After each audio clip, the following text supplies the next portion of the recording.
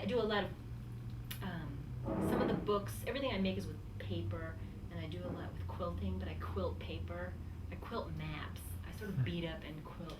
This is like a sample of one that we had to send for a show. They just wanted to see, they wanted a touching sample, so you had to send a small sample of something that people could pick up and touch. So this is pretty hideous, but it's just, I like to destroy maps. How about that? A topographical map. Yeah. And then I stuff it and I quilt it and I sew it, and sometimes I make it into books and things like that.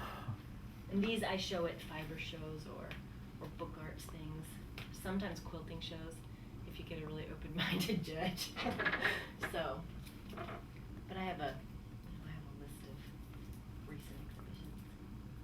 Is there any pressure in the department on the tenure track to have your work shown? Oh yeah. That's like it's equivalent to publishing. Exactly.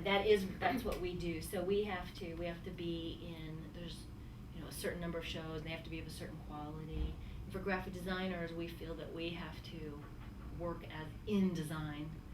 We can't just stop doing that. So we have to do up-to-date recent design work, or else we couldn't teach.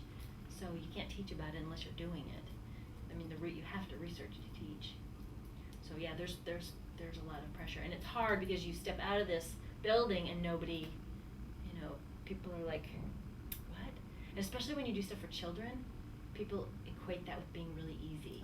So they say, oh, you're doing work for kids. Oh, do you just push the button, make logo, make it nice, click, and it prints out? People just don't, and all the illustration work, especially with kids' books, they think, well, that's not real, that's for children, that's obviously much easier than the book I'm writing about